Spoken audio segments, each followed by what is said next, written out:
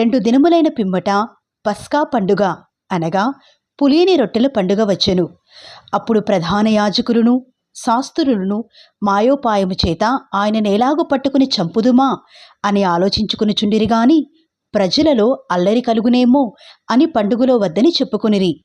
ఆయన బేతనియలో కుష్ఠరోగి అయిన సీమోను ఇంట భోజనములకు కూర్చుండియున్నప్పుడు ఒక స్త్రీ మిక్కిలి విలువగల అచ్చ జటామాంసి అత్తరుబుడ్డి తీసుకుని వచ్చి ఆ అత్తరుబుడ్డి పగులగొట్టి ఆ అత్తరు ఆయన తల మీద పోసెను. అయితే కొందరు కోపపడి, ఈ అత్తరు ఇలాగూ నష్టపరచనేలా?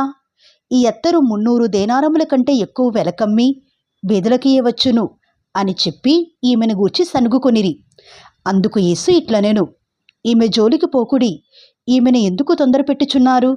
ఈమె నా ఎడల మంచి కార్యము చేసెను. బీదలు ఎల్లప్పుడూ మీతోనే ఉన్నారు. మీకిష్టమైనప్పుడెల్లా వారికి మేలు చేయవచ్చును. నేను ఎల్లప్పుడూ మీతోనుండను. ఈమె తన శక్తి కొలది చేసి నా భూస్థాపన నిమిత్తము నా శరీరమును ముందుగా అభిషేకించెను. సర్వలోకములో ఎక్కడ ఈ సువార్త ప్రకటింపబడనో అక్కడ ఈమె చేసినదియు జ్ఞాపకార్థముగా ప్రశంసింపబడినని మీతో నిశ్చయముగా చెప్పుచున్నాను అనెను. 12 మందిలోనొకడగు ఇస్కరియోతు యూదా ప్రధాన యాజకుల చేతికి ఆయనను అప్పగింపవలనని వారి యొద్దకు పోగా వారు విని సంతోషించి వానికి ద్రవ్యమిత్తుమని వాగ్దానము చేసిరి గనుక వాడు ఆయనను అప్పగించుటకు తగిన సమయము కనిపెట్టుచుండెను. పులియని రొట్టెల పండుగలో మొదటి దినమున వారు పస్కా పశువును వధించినప్పుడు ఆయన శిష్యులు, నీవు పస్కాను భుజించుటకు మేమెక్కడికి వెళ్ళి సిద్ధపరచవలని కోరుచున్నావు అని ఆయనను అడుగగా ఆయన, మీరు పట్టణములోనికి వెళ్ళుడి, అక్కడ నీళ్లకుండ మోయిచున్న ఒక మనుషుడు మీకు ఎదురుపడును. వాని వెంటబోయి వాడు ఎక్కడ ప్రవేశించునో ఆ ఇంటి యజమానుని చూచి, నేను నా శిష్యులతో కూడా పస్కాను భుజించుటకు నా విడిది గది ఎక్కడనని బోధకుడు అడుగుచున్నాడు అని చెప్పుడి. అతడు సామాగ్రితో సిద్ధపరచబడిన గొప్ప మేడగది మీకు చూపించును. అక్కడ మన కొరకు సిద్ధపరచుడి అని చెప్పి తన శిష్యులలో 2 పంపెను. శిష్యులు వెళ్ళి పట్టణంలోనికి వచ్చి ఆయన వారితో చెప్పినట్టు కనుగొని పస్కాను సిద్ధపరచిరి. సాయంకాలమైనప్పుడు ఆయన తన 12 మంది శిష్యులతో కూడా వచ్చెను. వారు కూర్చుండి భోజనము చేయుచుండగా యేసు, మీలో ఒకడు అనగా నాతో భుజించుచున్నవాడు నన్ను అప్పగించునని నిశ్చయముగా మీతో చెప్పుచున్నాను అని వారితో చెప్పగా వారు దుఃఖపడి, నేనా అని ఒకరి తర్వాత ఒకడు ఆయనను అడుగసాగిరి. అందుకాయన, 12 మందిలో ఒకడే అనగా నాతో కూడా పాత్రలో చెయ్యి ముంచువాడే. నిజముగా మనుష్య కుమారుడు ఆయనను గూర్చి వ్రాయబడినట్టు పోవుచున్నాడు.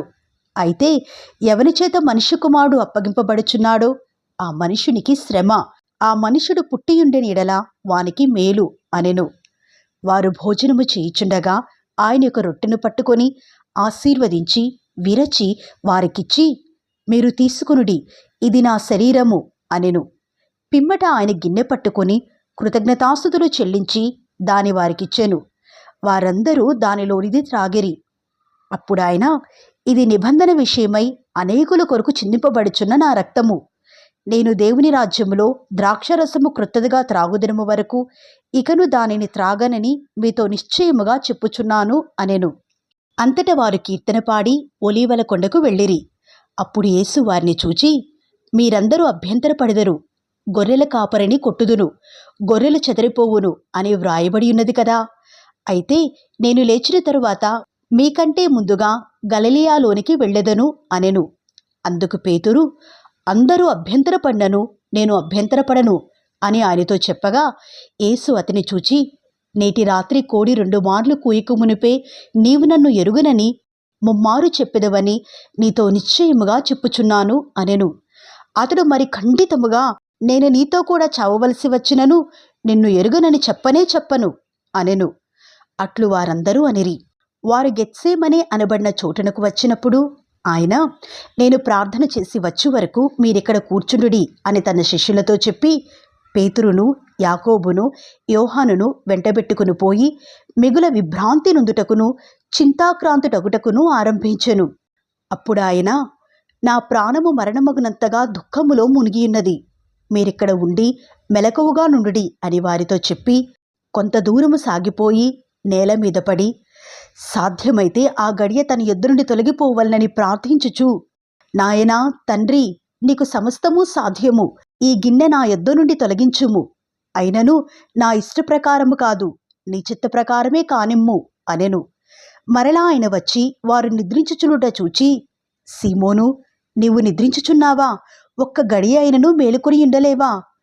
మీరు శోధనలో ప్రవేశించకుండునట్లు మెలకువగా నుండి ప్రార్థన చేయుడి. ఆత్మ సిద్ధమే గాని శరీరము బలహీనమని పేతురుతో చెప్పి తిరిగిపోయి ఇంతకుముందు పలికిన మాటలనే పలుకుచూ ప్రార్థించెను. ఆయన తిరిగి వచ్చి చూడగా వారు నిద్రించుచుండిరి. ఎలయనగా వారి కన్నులు భారముగా ఉండెను. ఆయనకేమి ఉత్తరమియ్యవలనో వారికి తోచలేదు. ఆయన మూడవసారి వచ్చి, మీరిక నిద్రపోయి అలసట తీర్చుకునుడి, ఇక చాలును, గడియ వచ్చినది. ఇదిగో, మనుష్య కుమారుడు పాపుల చేతికి అప్పగింపబడుచున్నాడు. లెండి వెళ్ళుదము, ఇదిగో నన్ను అప్పగించువాడు సమీపించియున్నాడు అని చెప్పెను. వెంటనే ఆయన ఇంకనూ మాట్లాడుచుండగా 12 మంది శిష్యులలో ఒకడైన ఇస్కరియోతు యూదా వచ్చెను.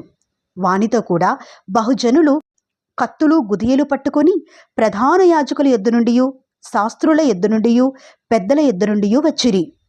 ఆయనను అప్పగించువాడు, నేనెవరిని ముద్దు పెట్టుకుందునో ఆయనే యేసు, ఆయనను పట్టుకొని భద్రముగా కొనిపోవుడని వారికి గుర్తు చెప్పి ఉండెను.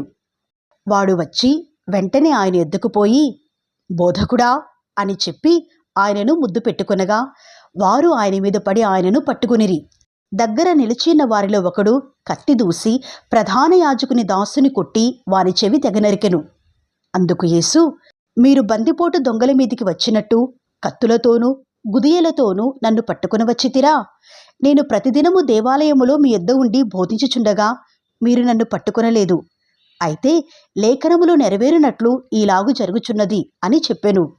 అప్పుడు వారందరూ ఆయనను విడిచి పారిపోయిరి. తన దిగంబర శరీరము మీద నారబట్ట వేసుకుని ఉన్న ఒక పడుచువాడు ఆయన వెంట వెళ్ళుచుండగా వారతనిని పట్టుకునిరి. అతడు నారబట్ట విడిచి దిగంబరుడై పారిపోయెను. వారు యేసును ప్రధాన యాజకుని యొద్దకు తీసుకుని పోయిరి. ప్రధాన యాజకులు, పెద్దలు, శాస్త్రులు అందరూ అతనితో కూడా వచ్చిరి. పేతురు ప్రధాన యాజకుని ఇంటి ముంగిట వరకు దూరము నుండి ఆయన వెంటపోయి బంట్రౌతులతో కూడా కూర్చుండి మంట యొద్ద చలి కాచుకునిచుండెను. ప్రధాన యాజకులను, మహాసభ వారందరూ యేసును చంపింపవలనని ఆయన మీద సాక్ష్యము వెదకిరిగాని ఏమీయూ వారికి దొరకలేదు. అనేకులు ఆయన మీద అబద్ధ సాక్ష్యము పలికినను వారి సాక్ష్యములు ఒకదానికొకటి సరిపడలేదు. అప్పుడు కొందరు లేచి, చేతి పని అయిన ఈ దేవాలయమును పడగొట్టి 3 దినములలో చేతి పని కాని మరి ఒక దేవాలయమును నేను కట్టుదునని వీడు చెప్పుచుండగా వింటిమి అని ఆయన మీద అబద్ధ సాక్ష్యము చెప్పిరిగాని అలాగైనను వీరి సాక్ష్యమును సరిపడలేదు. ప్రధాన యాజకుడు వారి మధ్యను లేచి నిలిచి, ఉత్తరమేమియూ చెప్పవా? వీరు నీ మీద పలుకుచున్న సాక్ష్యమేమి అని యేసును అడిగెను. అయితే ఆయన ఉత్తరమేమియూ చెప్పక ఊరకుండెను.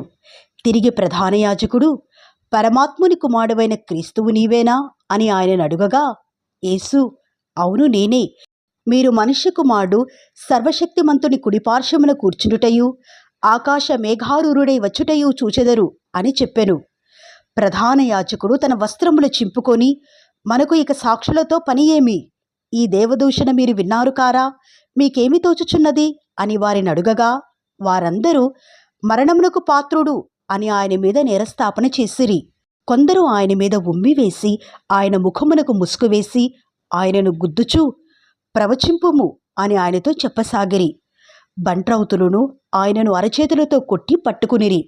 పేతురు ముంగిటి క్రింది భాగములో ఉండగా ప్రధాన యాజకుని పనికత్తెలలో ఒకతే వచ్చి పేతురు చలికాచుకొనుచుండుట చూచెను. అతనిని నిదానించి చూచి, నీవును నజరేడగు ఆ యేసుతో కూడా ఉండినవాడవు కావా అనెను. అందుకతడు, ఆయన ఎవడో నేనెరుగను, నీవు చెప్పినది నాకు బోధపడలేదు అని చెప్పి నడవలోనికి వెళ్ళెను. అంతటా కోడి కూసెను. ఆ పనికత్త అతనిని చూచి, వీడు వారిలో ఒకడు అని దగ్గర నిలిచిన వారిలో మరలా చెప్పసాగెను. అతడు మరలా, నేను కాను అనెను. కొంతసేపైన తరువాత దగ్గర నిలిచిన్న వారు మరలా పేతురును చూచి, నిజముగా నీవు వారిలో ఒకడవు, నీవు గలిలయుడవు గదా అనిరి. అందుకతడు, మీరు చెప్పుచున్న మనిషిని నేనెరుగను అని చెప్పి శపించుకునుటకును ఒట్టు పెట్టుకునుటకును మొదలుపెట్టాను. వెంటనే రెండవ మారు కోడి కూసెను గనక కోడి 2 మార్లు కూయక మునుపు నీవు నన్ను ఎరుగనని ముమ్మారు చెప్పెదవని యేసు తనతో చెప్పిన మాట పేతురు జ్ఞాపకమునకు తెచ్చుకొని తలపోయిచూ ఏడ్చెను.